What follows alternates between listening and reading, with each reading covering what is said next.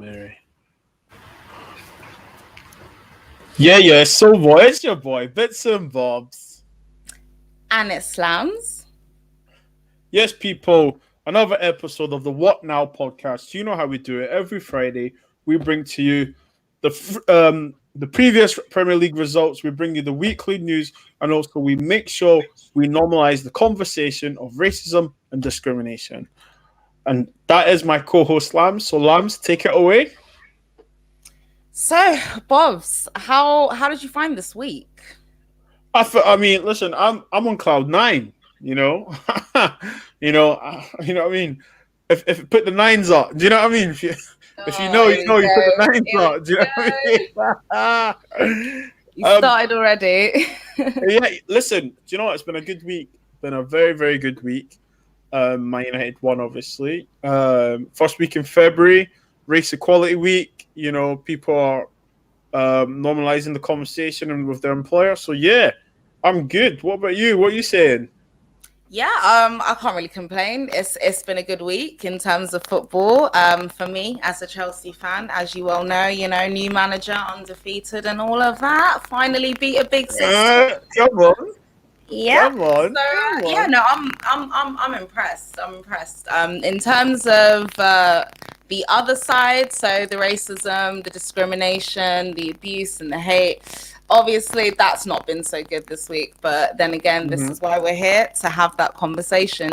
So without further ado, Bobs, let's get into this. So first game. Yes, let's go. First game, and there's quite a bit to discuss. We're going to start with Wolves and Arsenal, ending in a 2-1 win for Wolves. Talk to me. I just like to pay some homage to Igal, EGTV in the cut. I was on a stream, and I wanted to leave it because they ended up they were winning, and obviously Wolves got a penalty. Listen, do you know what? Arsenal, in my opinion... Did you see Igal? Hold on. Did you see Igal's reaction, though, when it went... Real talk. Yeah, Lance, is that my mic or yours? Which one? Can you hear the feedback on it? Might have been mine. It does that sometimes. Is it okay now? Okay. Yeah, it's cool. It's cool now. Did you hear Igal? Yeah. So Lambs, yeah. New mic and that, obviously. Come on, G. 2021. Come on. Literally, Arsenal, they had enough chances to win that game. And they didn't. And we know if you don't take your chances at this level, you're punished 100%. But listen, hashtag trust the process. Do you know what I mean? Hold tight, Arsenal fans. Hashtag take your time with it. Exactly. Hold tight, everyone in the cut. Please smash a like. If you're new, please subscribe. Big up to Jan City. Jan, it's your city. It's league to lose, Jan. That's what I'm going to say. Big up Laurie. Big up Was. Christian. Big you all up, guys. Well, obviously, can't forget you, my friend. So, yeah, what do you think? Arsenal got beat, Lambs. Arsenal got beat. Yeah, I have to echo pretty much everything that you said. I didn't think that was going to be the outcome of the results, considering how well Arsenal got off to. They got off to an amazing start. Saka hit the post. They scored a goal that was offside. Harshly so, but it was offside, and that's the rules. But it is what it is. But it kind of just goes to show. It just, they take the lead through a great Pepe goal. He did brilliantly to literally just left Semedo on the floor. So it's good to see Pepe, starting to come out of his shell and start playing like the £72 million player that they supposedly bought him. He's supposed to, yeah. Do you think because they pay him in installments, they get installment performances? Possibly. I don't know. Maybe they've nearly paid it off. That's probably why he's starting to show up now. He's like, all right, the fee's nearly paid off. All right, I'm going to start performing now, Do you know what I'm saying? As we know, David Luiz does a David Luiz, and what is it okay now? It's good. It's good. Okay. Yeah, that's what he's saying. Yeah. Cheers, sorry. Well, obviously, David Luiz. Go on. And yeah, there's minimal contact, but you know, I'm sure like you play football with like your friends, the boys and whatever, like when you're running with that much momentum, yeah, and he got in behind him. So like David Luiz was lost. So when he turned around and he was trying to catch the player, slightest bit of contact will bring him down. And even though I do believe he just clipped him, it is a foul. I don't think it was a red card. I do think it was a yellow card and a penalty, though. But in terms of, I do understand people's protests and outrage in terms of the corruption of the decisions, because the same energy isn't kept throughout other games. So, for example, that challenge, this person got sent off and a red card, but we've seen this, similar challenges, possibly even worse challenges, and nothing's been given. So again, I understand the outrage in terms of the refereeing decision, but the second red card was a red card. I don't know what Leno was thinking.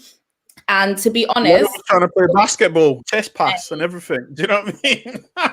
Well, listen, I'm gonna echo what KJ said. To be fair to the guy, he did have the train in Adama Traore running towards him. So, do you know what? Like to Leno, I don't know. People were saying, if David Luiz is there, he doesn't do that. But it seemed like the ball was like too high for him to kick, too low for him to header it. Do you know what I mean? But it's like, for me, it's really literally the question: what were you doing? I mean, guys in the comments, Leno's sending off. Has anyone got an explanation for what he was doing? The referee, do you know what? The rules have to be changed, because the rules state that if it's not intentional, it's a red card.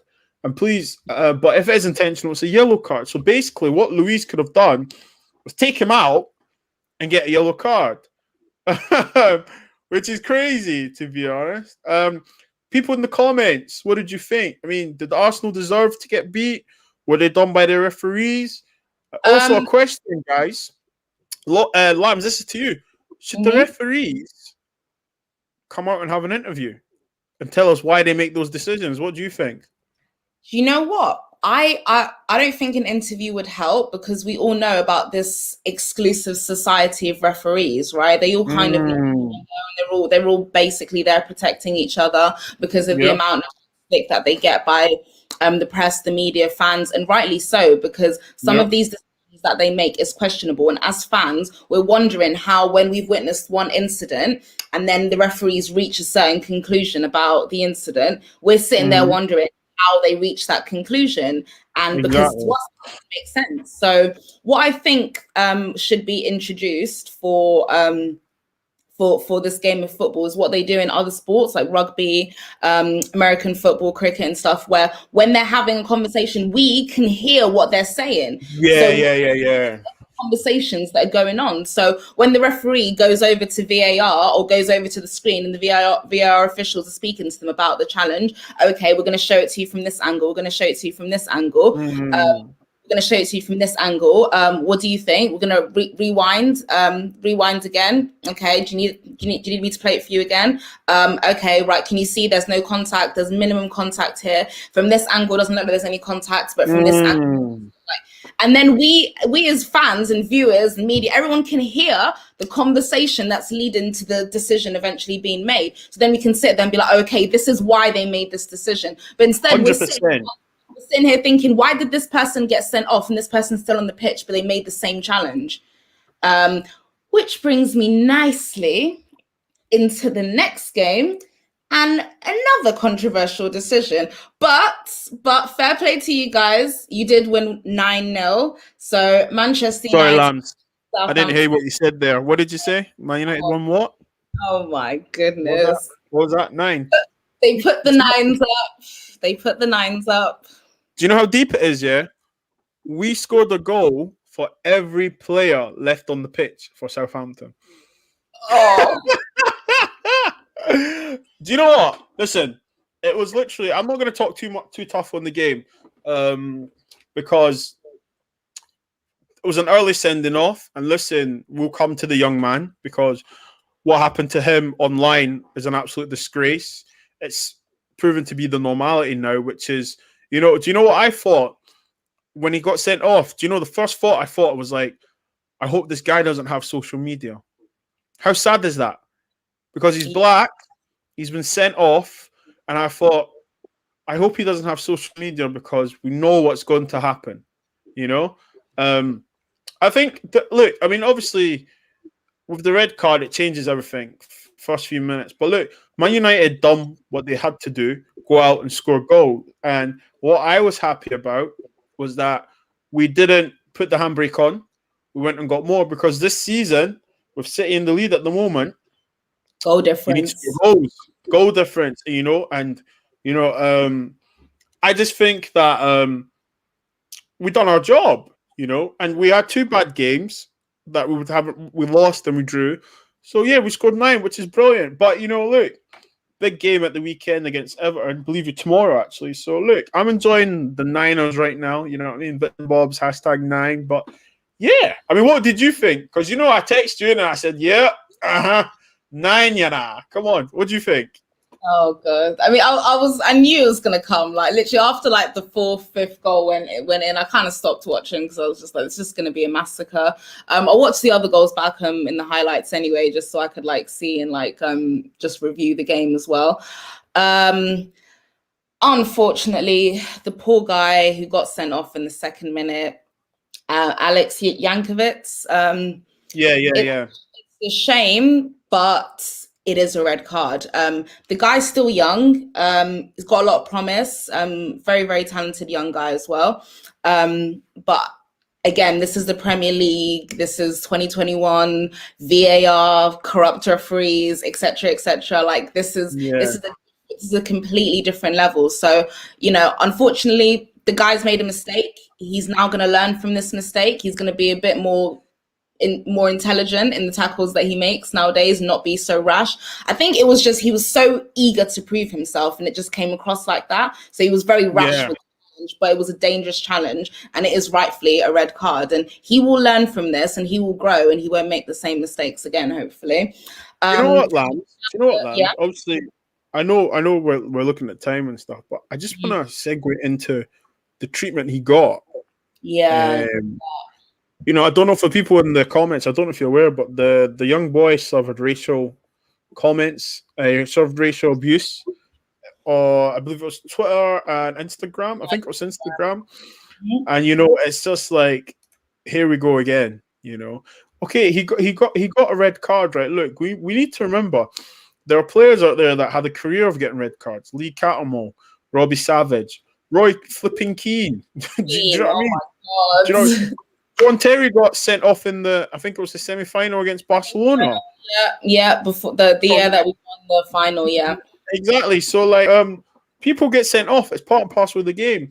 Because when he went off, my initial thought was, I hope he doesn't have social media. And then my next thought was thinking, do you know what? I've played football and I thought his whole family would have been happy. He's playing at Old Trafford.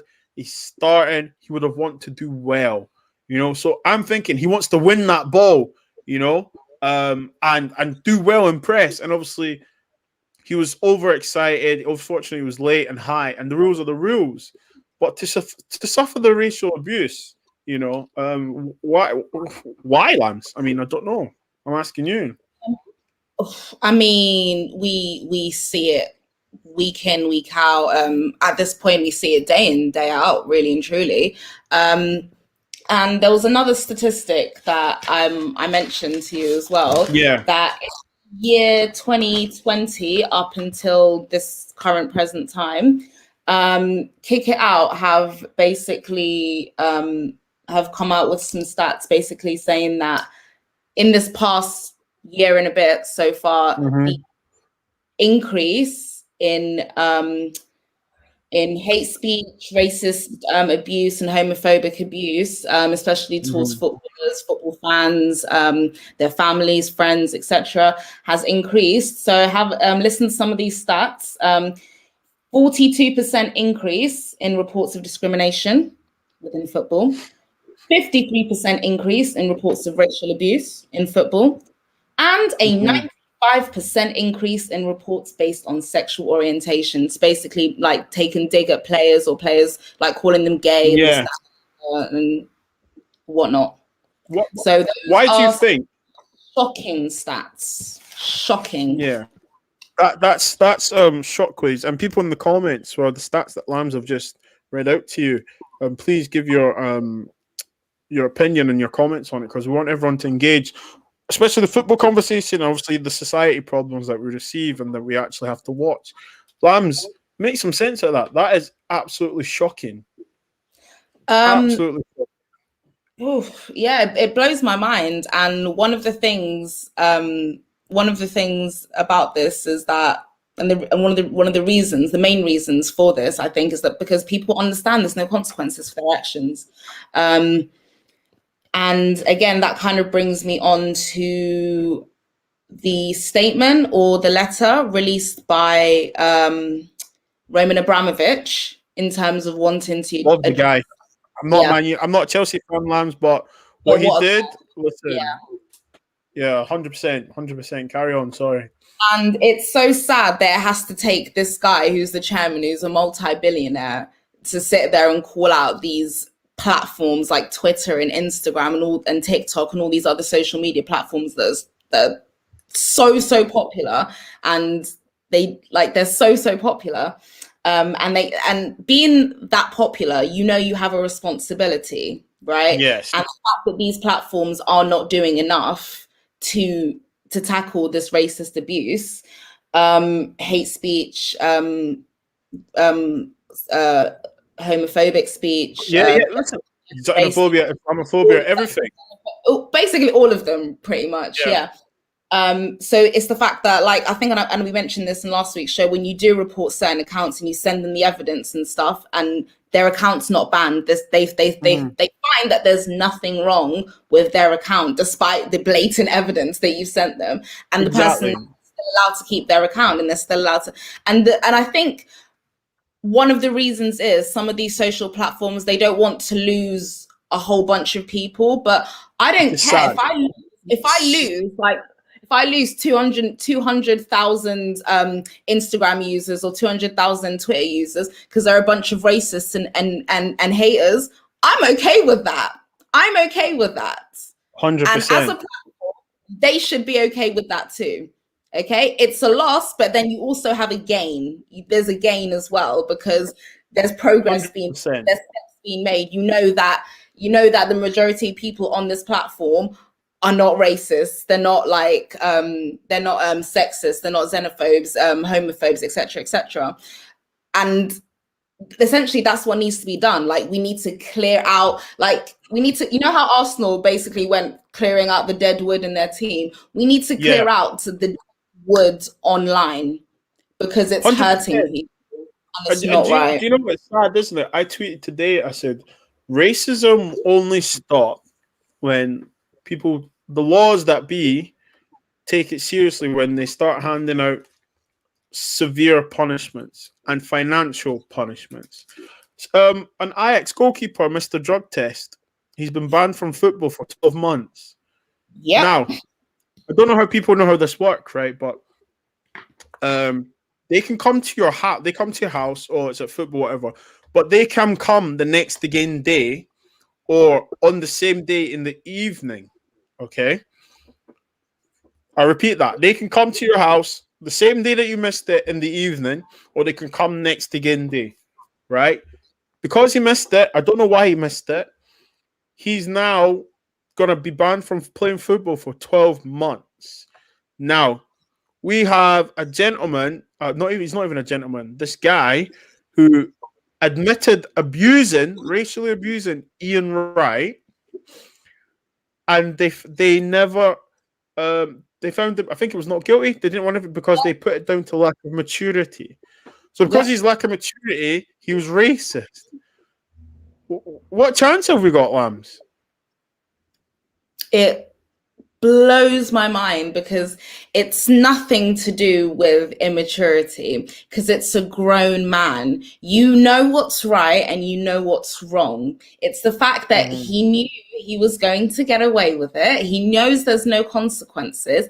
He can plead ignorance, and that's exactly what it is. It's willful ignorance, not immaturity. It's him willfully being ignorant to not want to open his eyes and understand that to hate somebody, to insult somebody based on something they cannot control, i.e. their race, their sexual orientation, their skin color, is not right.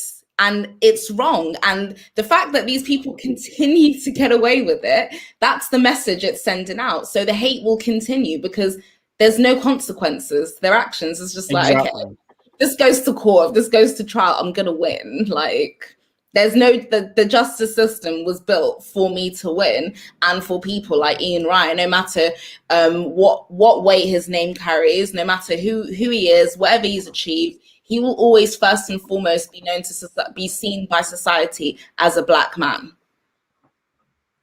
And 100%. And well, thanks for your comment. That is a fact. You know, he got banned 6 games or for 6 weeks or something. Now imagine you miss a drug test that you can get on the same day at a different time on next game day, and you racially abuse someone. You can racially abuse someone and play within a month, basically. I mean, Suarez got 8 games. Mm-hmm. Do you know? And you have to start. I mean, when do you stop? Got nothing. Well, there you go. When do you start? What I'd love to see, is the black players. What would happen if all the black players in the Premier League just woke up one day and said, I'm not playing.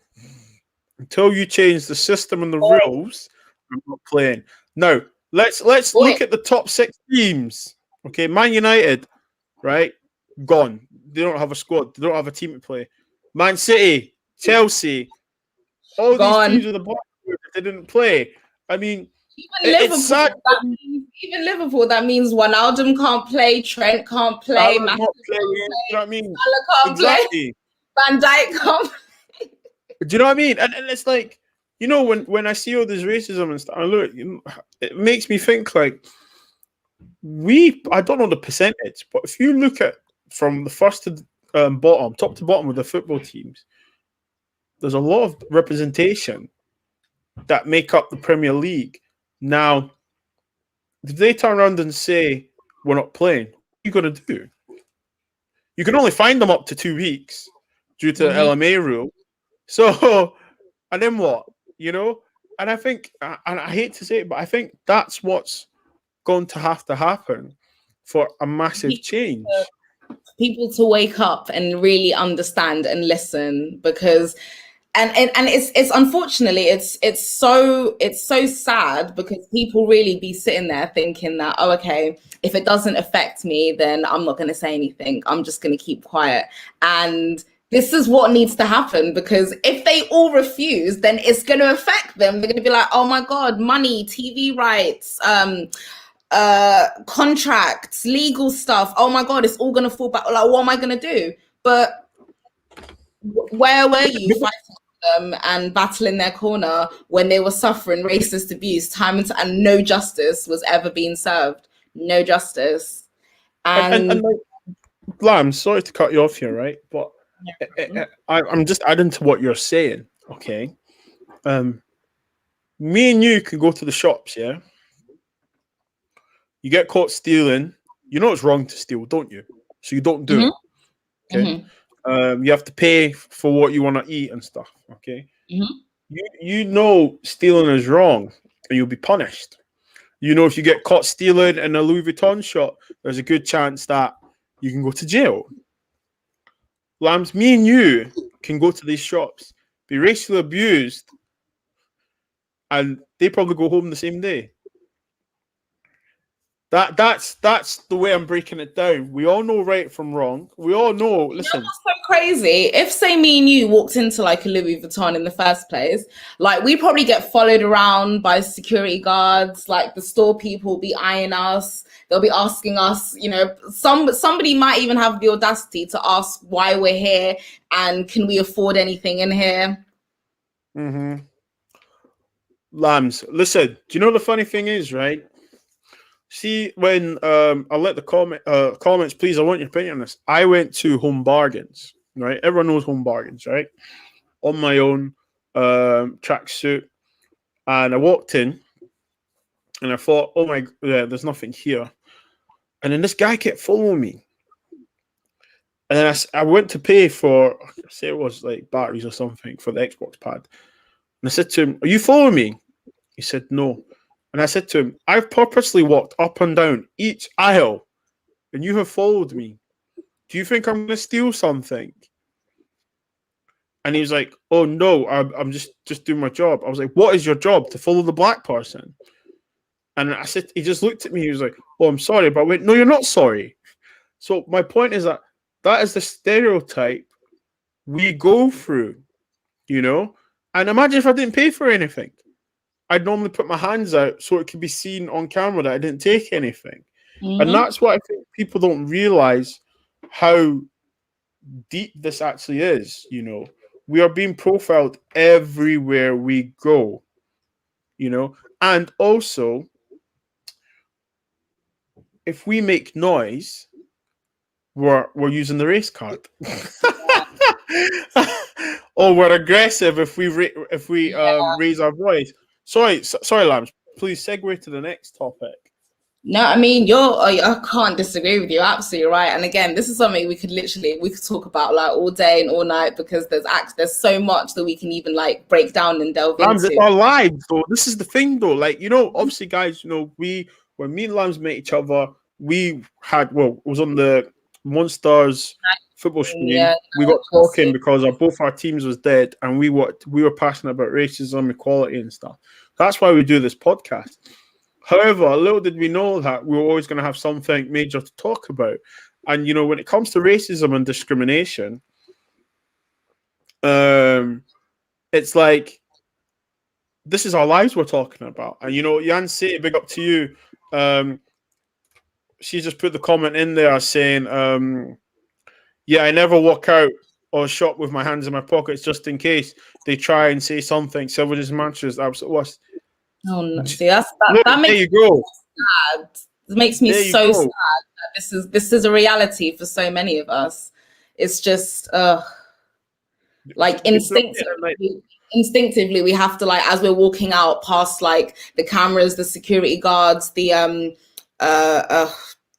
what are those things called again? Like the electrical barriers that beep and stuff. Oh, the security things, whatever. Like, obviously, to test if you're taking stuff. The detectors. Yeah. Yeah, like when you're walking past there, you have to literally like make it look like you don't have anything. Your hands have to be on show. Like, you know, in America when you get stopped by the police and they're like, show me your hands, and you just put your hands up because you're like, please don't shoot me, just don't shoot me. It's kind of, do you know what I mean? Yeah, like you have to literally put your hands, show there's nothing in your hands, there's nowhere around that you could, like, you know, stuff anything and stuff like that. You literally have to make it look like you are walking out of here with nothing. And the sad thing is that, you know, that's a daily lifestyle, you know. Big up to Laurie. If Oprah Winfrey ain't even safe in a designer shop, what do we have? And I believe he's talking about when someone didn't know who she was and would just give her the racial treatment, racially profiled her. And I think, didn't Oprah end up buying like half the store or something like that? You know, unfortunately, it happens. And like you said, with the 95% rise in the statistics, I think it's because, this is my opinion, guys, we have a government that are very brazy. They're very brave, and not even very brave. They're very comfortable in saying what they're saying. I refer to Boris calls women in burqas letterboxes. He fails to acknowledge the different culture dates, you know. Black monkeys, let's not forget that. Say that again, sorry, Lambs, I never heard you. He also called black people monkeys, yes. Yes, exactly. So, you know, when people voted for this guy, and he's using that language, we know how it works. It's happening on TV. You see it on TV. People think, oh, I can say that if he can say that. Then people believe it. And, well, do you know what, Will? I'm going to tell you something right now. This happens all the time. Do you know what? And also, people might laugh, but you laugh because, like, now, my friend, he's mixed race. He's Italian, half Scottish, half Italian, right? And when we go out, when we were able to go out, he would get the taxi for us. When it was black cab, no Ubers, he'd go get the taxi and we'd come out. Because black cab don't stop for black man. And it was saying on Kidulthood, some of you might not be old enough to remember that. I remember that show. But like, yeah, and it's like, that's what happens. We get fooled. And then sometimes we play a game with it if we're in the shops. We're like, yeah, he's following us. We're like, okay, let's take him here. Let's take him there. Do you know? But it's like, why? But then, well, like you said, if you go in yourself, nothing happens to you. You know, it's sad. It's sad. I mean, Lambs, I know we're segueing a bit from football, but obviously this is what we talk about, football and racism. Lambs, I mean, I know I've asked you this before, like, oh, we need change. But significantly, and people in the comments, I want you to answer this as well. 100. What has to happen? Does someone, God forgive me saying it, does a footballer have to die or commit suicide for there to be a change? I mean, somebody already has. Like, we forget Justin Fashanu. And just to kind of segue back to like his case, and so he's obviously like a gay footballer. He was one of the only and not even just a gay footballer, he's a gay black footballer as well. Big up, Jim. That as well. So this guy ended up committing suicide, a really tragic, horrible story, because he was falsely accused. And the reason why he was falsely accused and he was falsely accused by a white person, because based on his status and his race, knowing that if the person's put across this kind of narrative, it would work in their favor, because they're just thinking, oh, okay, Yeah. It's a black guy who's, you know, oh, they're known for being troublemakers. Oh, okay, if this white person is saying that whatever transpired wasn't consensual, then yeah, he probably is a rapist. Yeah, we can prosecute him. So even though the guy knew, he couldn't take what it would do to his family, his friends, people who know him. And then he killed himself, and it's such a sad story, because and I remember something that Troy Deeney said as well, and it's just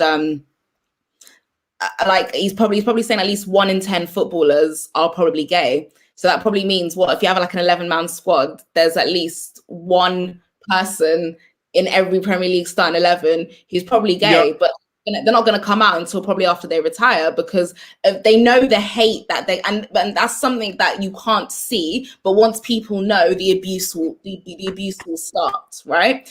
And we're just talking about race because that's something that people can see. You can't hide that. And the level of abuse and hate that these players are already getting, let alone if a footballer was brave enough to come out as being gay, can you only imagine? And it's because of the hate and the fact that there's no consequences for people's actions, the fact that they know that they can get away with it, the system is in their favor, it is not for people like us.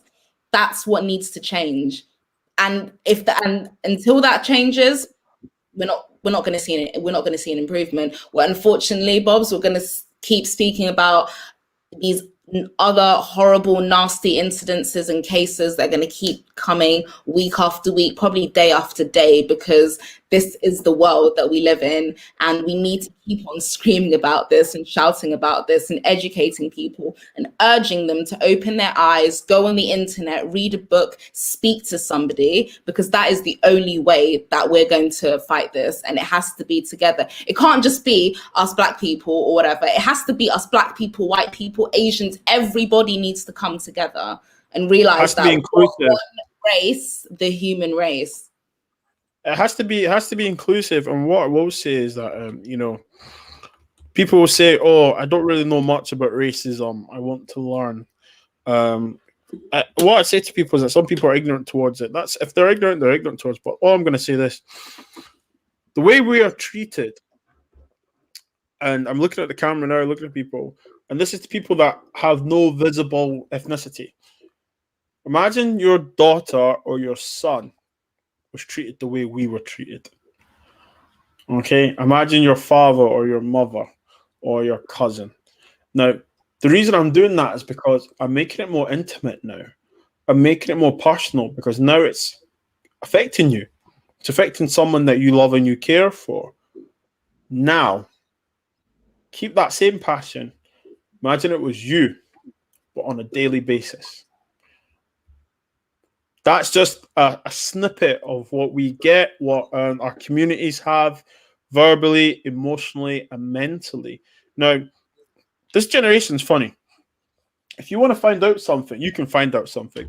If you want to find out that your boyfriend's cheating on you or where he is, if your girlfriend's cheating on you, people turn into FBI, CID, private investigators, swear down. Do you know what I'm saying? And I just think when it comes to such a topic such as racism or equality, we, this generation have, not everyone, have the attitude of, oh, well, I'm not racist. I have black friends or I have Asian friends. And it's like, well, the fact that you've told me that kind of makes me worry.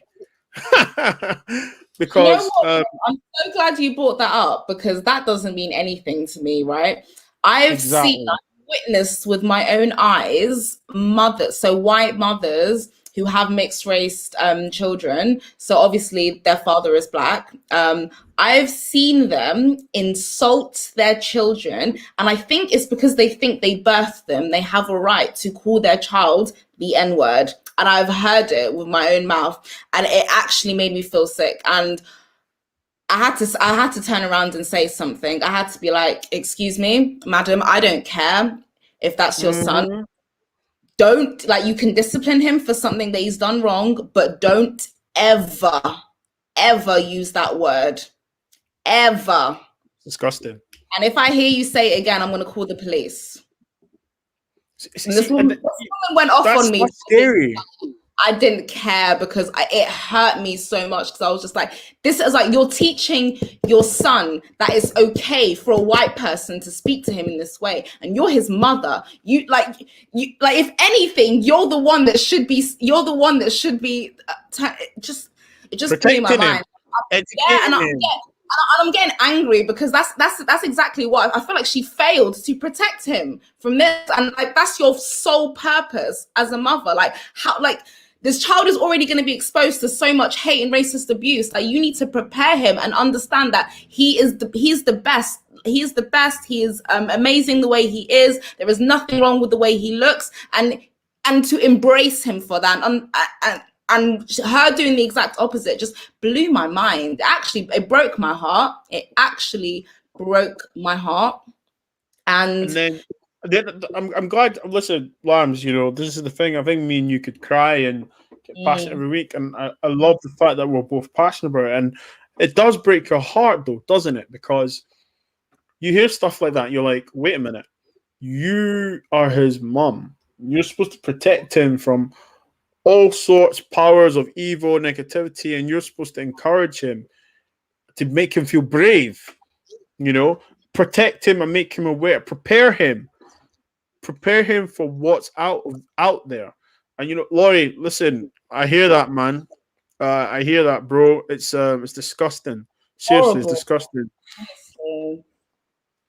And look, this is the thing. I know a mixed race boy who disowned his mum after takes on BLM. I would do the same. And this is what I'm saying about the ignorance. I'm not racist because I've got a mixed race kid, or I'm not racist because I have a black friend. Lambs, I've told you this before and I'll say it again. I read something in the summer of 2020 and it said, white people don't like you. Beg your pardon. It said, white people don't like black people. They just like you. And I read it in a book and I thought, wow. And then I thought to myself, I took a step back. I thought, actually, do you know what? All my white friends are not racist. I know that of how they treat me and stuff. 100%. But there was a certain group that I was friends with that I saw talk a different way on social media, say stuff. I'm like, wow, I broke bread with you. I was at your wedding. Do you know what I mean? And I think to myself, okay, cool. So you start being smarter. And isn't it sad, isn't it?